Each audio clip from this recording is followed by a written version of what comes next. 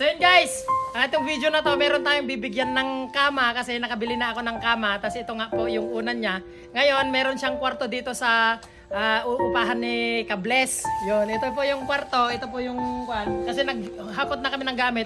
At saka aampunin ko na kasi siya. Ito. Tugs! Ay! Ano? Kasi guys, magwe-welding kami. Ngayon, binilhan na kita ng kama. May kama. Kasi niya. Oo, kasi nga, ano yung sabi mo nun nung nagkikwento ka sa akin, 'di ba? Paano na 'yun? Yung kasi that time ko yan nung bata pa ako talagang hindi ako makahiga sa mga malalambot na kung sa banig lang. Oo, sa banig lang. Tapos mga semento lang, gano'n. Semento lang. Sa katunayan, ito na yung dalawa ring mo. Dalawang unan mo. Then guys, binilang ko siya ng dalawang unan niya. Tapos yung kama niya, halika dito. Ikaw, love na love kita na best friend eh. Ito po yung yung titirhan namin kasi meron po kaming kwarto dito. Magko-content po ka dito na angkal kasama si Kables. Kaya binilhan na namin siya ng kama at papalagyan na po namin siya ng yung divider dun sa may niya. Ito. Charan!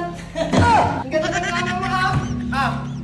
Dito na lang, lagay mo na lang siya dito. Ano naman yan? Parang kabaho naman yan. Parang gagawin mo ng patay naman. Uy!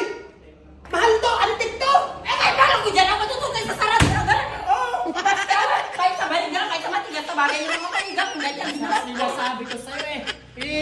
Inaanuhan kita eh. Binilhan kita ng kama mo tapos ayaw mo to? Ibibigay mo